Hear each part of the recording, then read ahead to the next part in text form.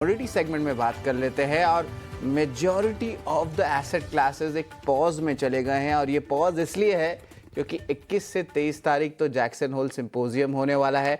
आज एफओएमसी के मिनट्स भी आने वाले हैं, तो किस तरह ग्लोबल जो रेट कट्स है यूएस में किस तरह जाने वाले हैं उस पर नज़र रहने वाली है। हालांकि देखा जाए तो 85% जो चांसेस है कि रेट कट्स आपको सितंबर में देखने मिल सकती है, तो सारे एसेट क्लासेस एक टाइप से पॉज लेके बैठे हैं। लेकिन इसके एक एक करके सारे डिटेल्स बताएंगे। तो हमारे साथ अजय केडिया जुड़ रहे हैं केडिया कमोडिटीज से। Good morning Ajay sir. सबसे पहले सोने चांदी में क्या करें उस भाव पे बताएं। देख रहा है कि सोने में लगातार तीसरे दिन थोड़ी सेलिंग आ रही है और एक ट्रेड भी बन रहा है कि चांदी में ज़्यादा लॉन्ग्स आ रहे हैं। जिस तरह सोने में जो ग्लोबल अनसर्टिनिटी कम हो रही है तो वहाँ पे भी थोड़ी सी आप देख सकते हैं सेलिंग आ रही है। तो किस तरह आप सोने चांदी को देख रहे हैं सर?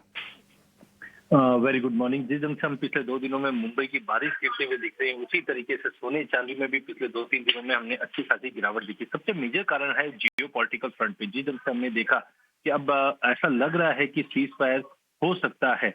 अगर सीज फायर या पार्शियल सीज फायर भी होता है तो ये सोने और चांदी के लिए अच्छे नहीं है, क्योंकि जो जियो पॉलिटिकल प्रीमियम लगा हुआ था, वॉर प्रीमियम लगा हुआ था, वो अब कम होता हुआ दिखाई देगा।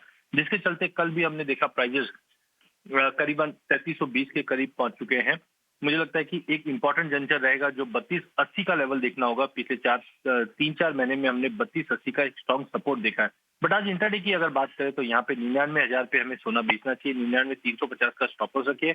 98,400 तक का टारगेट मिल सकता है। वहीं अगर चांदी की अगर बात करें तो कल चांदी में लगभग 2% की बड़ी गिरावट आते हुए दिखी है। एक सेल ऑफ इसलिए भी दिखाई दे रहा है क्योंकि 3850 $39 के ऊपर प्राइजेस बिल्कुल सस्टेन नहीं कर पा रहे हैं। तो आज के लिए 1,12,000 में बेच के चलेंगे। 1,12,800 का स्टॉप लॉस लगाएंगे। 1,10,200 तक के टारगेट हम चांदी में भी देख पाएंगे। जी बिल्कुल। ब्रेंट क्रूड की बात करें, थोड़ी गिरावट ज़रूर आई है। जिस तरह रिपोर्ट्स आ रही है कि यूएस स्टॉक पाइल्स कम होंगे और कल एक बहुत बड़ा कमेंट्री भी आ गया था यूएस ट्रेजरी सेक्रेटरी बेसेंट ने, जहां पे वो कह रहे हैं या धमकी देने का कोशिश कर रहे हैं कि टैरिफ्स बढ़ा सकते हैं क्योंकि रशियन ऑयल की बाइंग आ रही थी। अब ऑफकोर्स उसके कारण भी जो है, जो आप बता रहे थे सीज फायर जो यूक्रेन रशिया का अगर होता है तो उस पर भी जो है ऑयल प्राइसेस और भी नीचे गिर सकते हैं। तो क्रूड पर आपकी क्या राय रहेगी?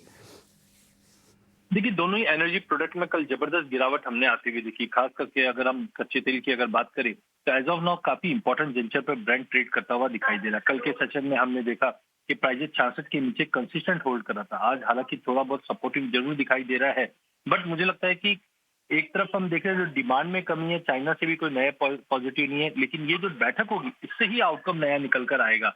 तो कच्चे तेल में और नेचुरल गैस दोनों में ही गिरावट का रुख रहेगा, जहां पे हम देखेंगे 5480 पे कच्चे तेल को बेच सकते हैं। 5350 का टारगेट रहेगा। वही नेचुरल गैस काफी इंपॉर्टेंट लेवल्स पे है, क्योंकि कल हमने नेचुरल गैस में काफी बड़ा फॉल डोमेस्टिक मार्केट पे आते हुए देखा। टेक्निकली अभी भी काफी खराब दिखाई दे रहा है, बिकॉज एक हेड एंड शोल्डर पैटर्न बना हुआ है जो 220 तक दिखा सकता है। बट आज थोड़ा बाउंस मिलता है 245 पे, तो बिकवाली करेंगे। 250 का स्टॉप लॉस लगाएंगे। नीचे में 236 तक के भी टारगेट मिलेंगे। जिस ढंग से स्टॉक जो है वो 5 साल के एवरेज के ऊपर ट्रेड कर रहा है। स्टॉक है अवेलेबल 6.6% से वाई ओ वाई स्टॉक ज्यादा दिखाई दे रहा है 5 साल के एवरेज से, जिसकी वजह से ये बड़ी गिरावट दिखाई दे रही है।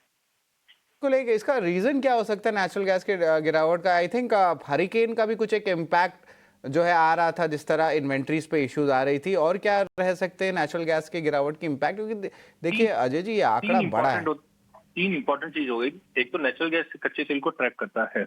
जिस ढंग से एनर्जी प्राइसेस कूल ऑफ हो रहा है उसका भी एक असर है। वेदर कंडीशन में एक normal to hotter weather update आया, वो एक्चुअली सपोर्ट करना चाहिए, बट इतनी डिमांड नहीं निकल पा रही जितना स्टॉक अवेलेबल है। सेकेंडली अगर हम देखें तो हरिकेन का अपडेट ट्रॉपिकल स्टॉर्म्स कंटिन्यू है, और जनरली हम देखते हैं कि सितंबर मंथ जो होता है वो काफी क्रुशियल हरिकेन के लिए रहता है। बट अभी तक खाली ट्रॉपिकल स्टॉर्म के रूप में ही है, कोई हरिकेन कैटेगरी 2, 3, 4 में नहीं पहुंचा है, जिसकी वजह से सप्लाई डिस्टर्बेंस एज ऑफ नहीं दिखाई दे रही। तो कच्चे तेल को ही ट्रैक करते हुए नेचुरल गैस में गिरावट दिख रही है, और टेक्निकली एक हेड एंड शोल्डर पैटर्न बना है जिसमें 260 का एक अच्छा सपोर्ट था, वो तोड़ चुका है, जिसके चलते मुझे लगता है ये तीनों चारों चीज के प्राइजेस में दबाव चल रहा है। ये बिल्कुल।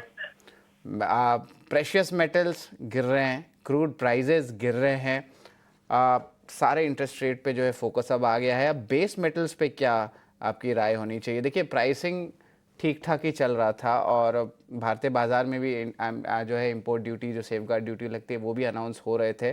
लेकिन चाइना से कुछ खास डेटा नहीं आ रहा है। अजय सर, जरा बताएं बेस मेटल्स पे यहाँ पे क्या कंसोलिडेशन पे ही रहेंगे कि यहाँ पे कुछ और है आपके नज़र में?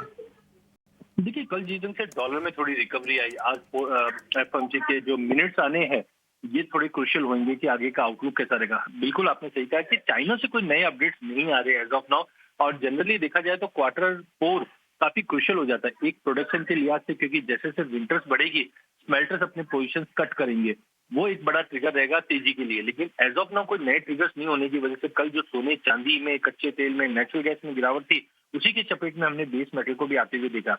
हो सकता है टेम्पररी एक छोटी और गिरावट आज भी देखने मिल जाए, लेकिन ये शॉर्ट टर्म में मुझे लगता है कि बेस मेटल बहुत स्ट्रांग रिकवरी कर सकते हैं, क्योंकि जब इकोनॉमी को चलना है तो बेस मेटल की कंजम्पशन तो कंटिन्यू रहेगी। बट आज इंट्राडे के लिहाज से अगर मैं बात करूं तो कॉपर में बिकवाली जारी रहेगी, जो 877 पे बेच के चलिए, 882 का स्टॉप लॉस लगाइए। बिल्कुल इंट्राडे के हिसाब से टारगेट रहेगा 870। वहीं जिंक के अंदर हमने देखा 270 का लेवल बिल्कुल सस्टेन नहीं कर पा रहा है, तो जब तक 270 का लेवल रिगेन नहीं करता है तब तक दबाव रहेगा। कल भी अच्छी खासी गिरावट थी, आज 266 पे बेचेंगे, 262 का टारगेट रहेगा लास्ट। अगर हम एल्यूमिनियम की भी बात करें तो यहाँ पे एक्चुअली एक दायरा बना हुआ था अब तक 250 से 256 के बीच में। अब जिस दिन से कल हमने देखा 250 का लेवल ब्रीच हुआ, तो हाई पॉसिबिलिटी एक टेक्निकल पुल बैक नीचे मिल सकता है। तो 250 के बीच 54 का स्टॉप लॉस लगाइए, 244 से 45 तक का एक टेम्पररी फॉल मिल सकता है। बिल्कुल अजय सर, आपने पूरा 360 डिग्री एनालिसिस दे दिया कमोडिटी स्पेस पे, और सारे चीज़ जो है FOMC मीटिंग आज के जो मिनट्स आएंगे उस पे फोकस कर रहे हैं, और ऑफ कोर्स डोमेस्टिक क्यूज़ भी जो है धीरे धीरे उस पे नज़र है। तो